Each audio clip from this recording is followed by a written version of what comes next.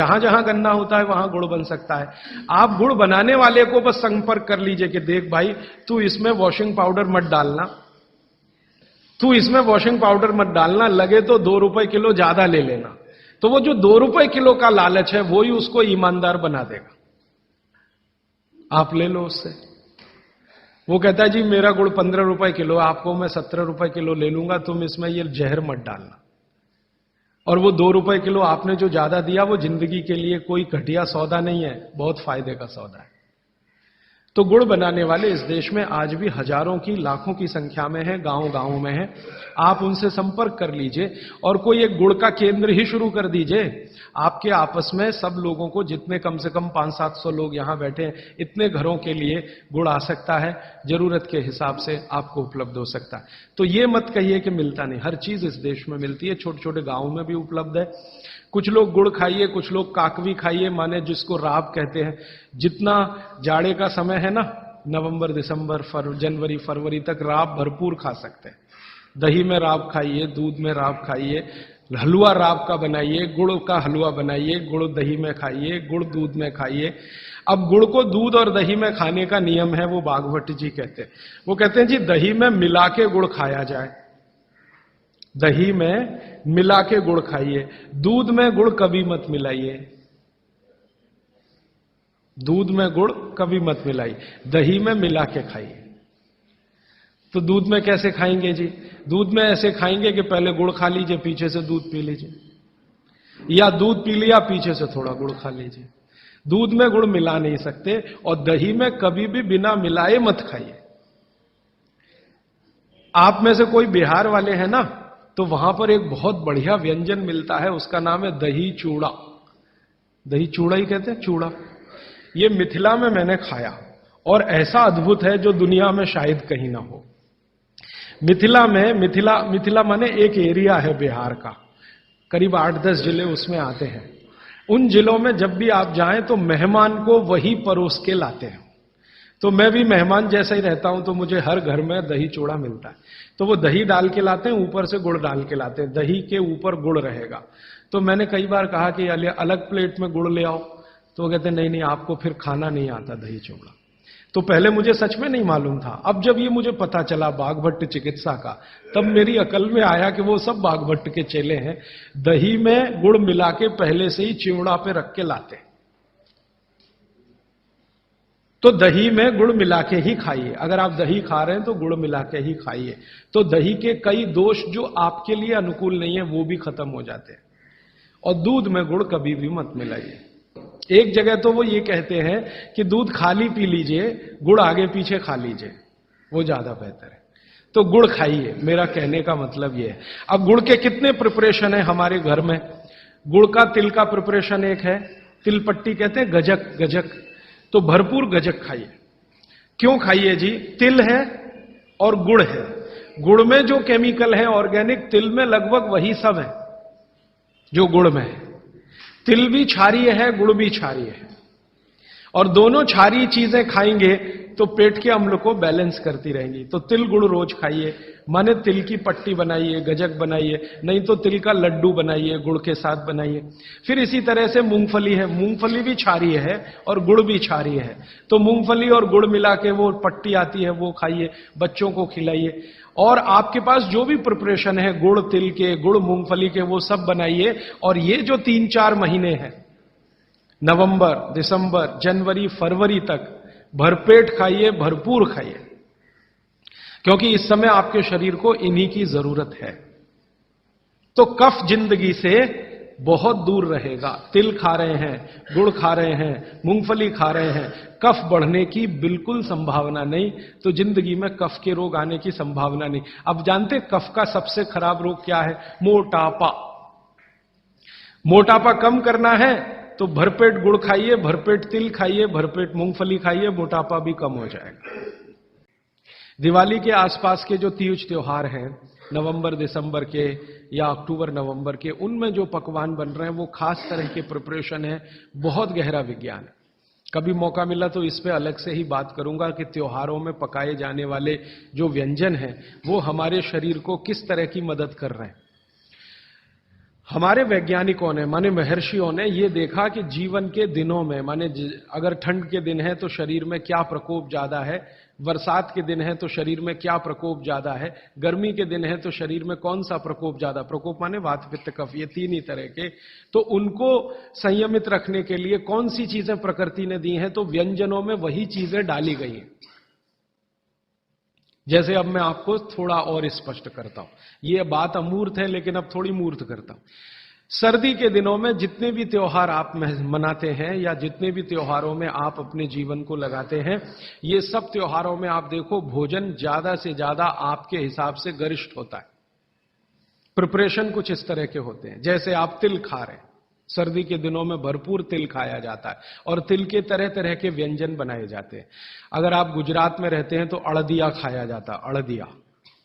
दुनिया का इससे अच्छा शायद कोई पकवान ना हो, अड़दिया जिसको कहा जाता है, उड़द की दाल का बनता है अड़दिया। ऐसे ही राजस्थान के कुछ इलाकों में विशेष पकवान है, ऐसे उत्तर प्रदेश के इलाकों में कुछ पकवान है। लेकिन अगर महसूस करें तो ये सब भारी हैं, भारी गुरुत्व है इसमें। वाघभट्ट जी ने एक शब्द इस्तेमाल किया, गुरुत्व वाले पदार्थ, माने भारी हैं, आसानी से नहीं पचते, धीरे धीरे पचते। अड़दिया तो आसानी से नहीं पचेगा, तिल की चीजें भी आसानी से नहीं पचने वाली हैं। लेकिन जिन दिनों में हम ये खा रहे हैं उन दिनों में शरीर के लिए यही अच्छा है कि कोई चीज आसानी से ना पचे, धीरे धीरे पचे, देर में पचे। क्यों? अब ये ठंडी के दिन होते हैं, तो ठंडी के दिनों में शरीर में पित्त जो है ना थोड़ा कम होता है, पित्त थोड़ा कम होगा, वात ज्यादा बढ़ा हुआ रहेगा और कफ सबसे ज्यादा बढ़ा हुआ रहेगा ठंड के दिनों में। अब कफ सबसे ज्यादा बढ़ा हुआ है तो कफ का असर हमारी जठर अग्नि पर है। अब कफ का असर जठर अग्नि पर है तो जठर अग्नि भी थोड़ी कम रहती है, थोड़ी, जो गर्मियों के दिनों में वो भड़कती है उतनी नहीं होती। तो अगर आपकी जठर अग्नि कुछ कम है, कफ के प्रभाव में है, तो आप भोजन भी ऐसे खाइए जो तुरंत पचने वाले नहीं है, धीरे धीरे पचने वाले हैं, ताकि जठर अग्नि उसके साथ मेल कर ले अपनी गति का। ऐसे समझ लो जठर की गति कम होती है तो खाए जाने वाला खाना भी कम गति से पचने वाला हो तो बहुत अच्छा है।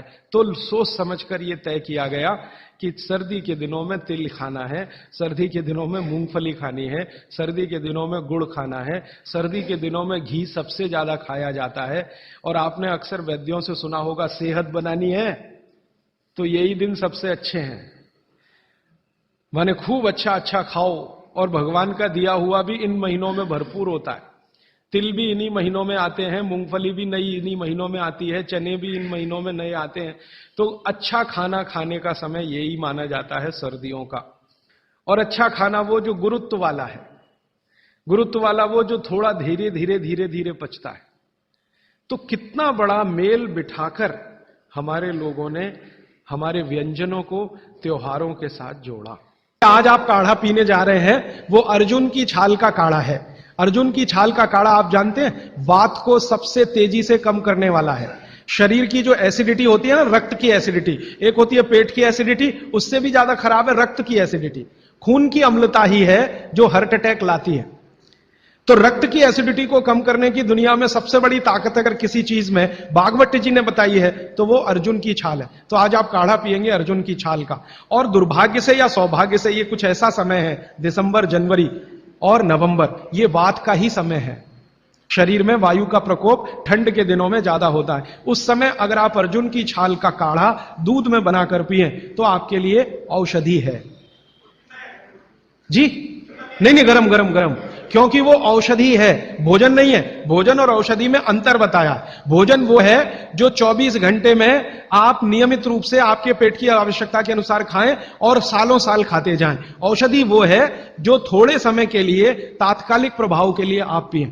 तो ये काढ़ा औषधि है। सुबह के अगर समय नवंबर, दिसंबर, जनवरी, ये 3 महीने हैं जो वात के महीने माने जाते हैं।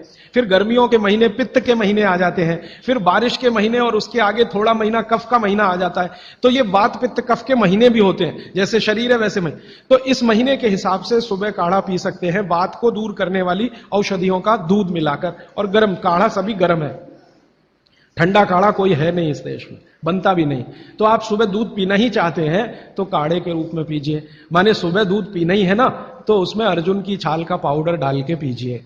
तो दो फायदे होंगे। भविष्य के लिए आपको हार्ट अटैक फ्री होने की गारंटी, भविष्य के लिए। और अब तक आपने जो कचरा खा लिया है इसके निकल जाने की गारंटी, क्योंकि ये जो अर्जुन की छाल का पाउडर है रक्त को सबसे ज्यादा शुद्ध करता है, और कचरा रक्त में ही सबसे ज्यादा जमा होता है, जिसको कोलेस्ट्रॉल कहते हैं ना, वो कचरा ही है।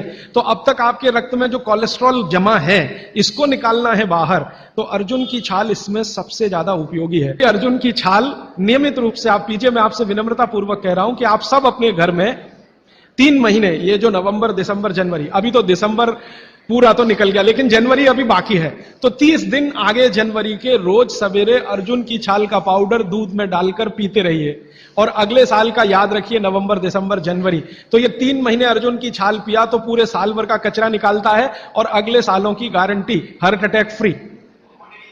क्वांटिटी कितनी रहनी चाहिए? 1 गिलास दूध तो आधा चम्मच अर्जुन की छाल का पाउडर, आधा चम्मच माने टी स्पून। और इसमें अगर गुड़ मिलाएंगे तो बहुत अच्छा।